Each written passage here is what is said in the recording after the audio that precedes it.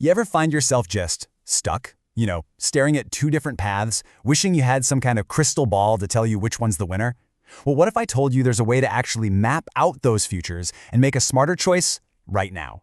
Today, we're going to learn exactly how to draw that map. I mean, this is the classic dilemma, right? It doesn't matter if it's a huge business move or, a personal life decision.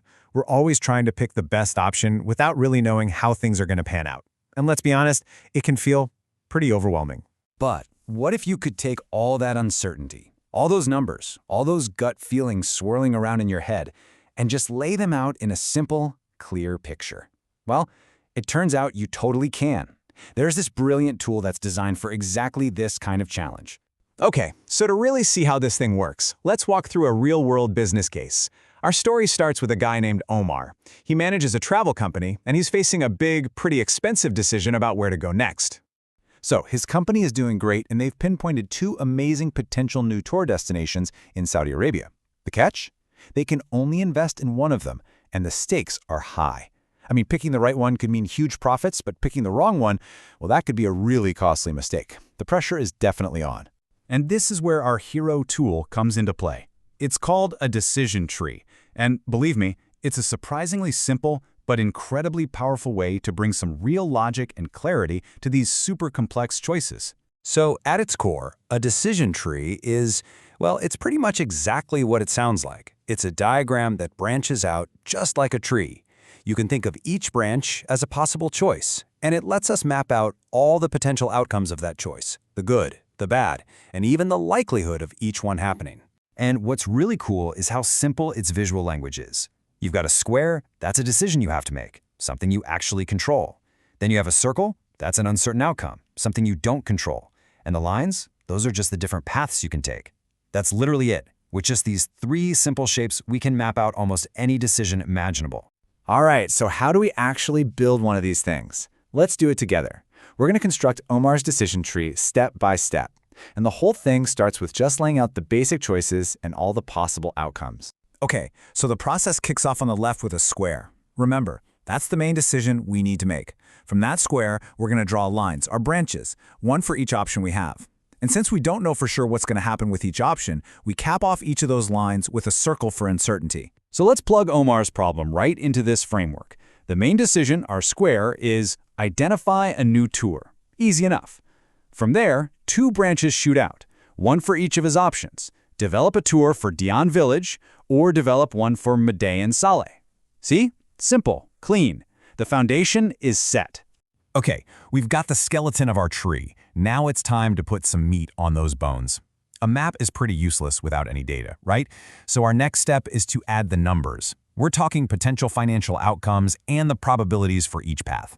So Omar's team, they've done their homework. For Dion Village, if the tour is a massive hit, the best case scenario, it could bring in 900,000 Saudi riyals. The worst case, about 220,000.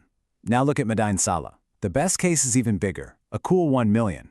But the worst case is also lower, just 175,000. So you can already see the trade-off. These are the values we're going to attach to our outcome branches. Now this next step is absolutely critical. This is how we handle the uncertainty. Instead of just, guessing, Omar's team uses actual regional data to assign a probability. They figure there's a 75% chance the Dion tour will be super popular and a 25% chance it won't. And just like that, the fuzzy, uncertain future suddenly has a number attached to it. And they do the exact same thing for Meday Saleh. For this one, they estimate a 60% chance of high popularity and a 40% chance it'll be less popular. And notice something really important here. For each option, the probabilities, the 60 and the 40, they add up to 100%. That's a must. So we've now quantified not just the potential payoff, but also the risk of each branch. All right, this is it. Our tree is built, it's filled with data. Now it's time for the magic moment. We're actually going to work backwards now, from right to left, and use some really simple math to figure out the value of each option and find the single best path forward. And don't worry, the calculation is super straightforward. For every one of those uncertainty circles, all you do is multiply the value of each outcome by its probability. This gives you something called an expected value. You can think of it as a weighted average of what you can probably expect to earn. Then, for the main decision square, you just subtract any initial costs. That's it. Okay, let's run the numbers for Diane Village. We take that best case revenue, 900,000, and multiply it by its 75% chance of happening. Then we add that to the worst case revenue, 220,000, times its 25% chance. You run that through a calculator and the total expected value for this option comes out to 730,000 Saudi riyals. Now let's do the exact same thing for Mada Saleh. That's 1 million riyals times its 60% probability, plus the 175,000 times its 40% probability. The math on that one gives us a total expected value of 670,000 Saudi riyals. All right, the numbers are in. And boom, here is our answer, crystal clear. When we put those two expected values side by side, the best choice just jumps right out at you. And this is the really interesting part, right? Even though Madain Saleh had that bigger, flashier 1 million riyal jackpot, it's the higher probability of success for Diane Village that makes it the smarter, more valuable bet in the long run. So the conclusion is pretty much undeniable. Based on a totally rational, data-driven analysis, the decision tree is telling Omar and his company that Diane Village is the way to go. It has the higher expected value, and it's the logical path forward. So let's just zoom out for a second. We started with this really complex, high-stakes decision that was just clouded by uncertainty. But with this simple visual tool, we managed to map out every possibility, weigh the odds, and find a clear, logical answer.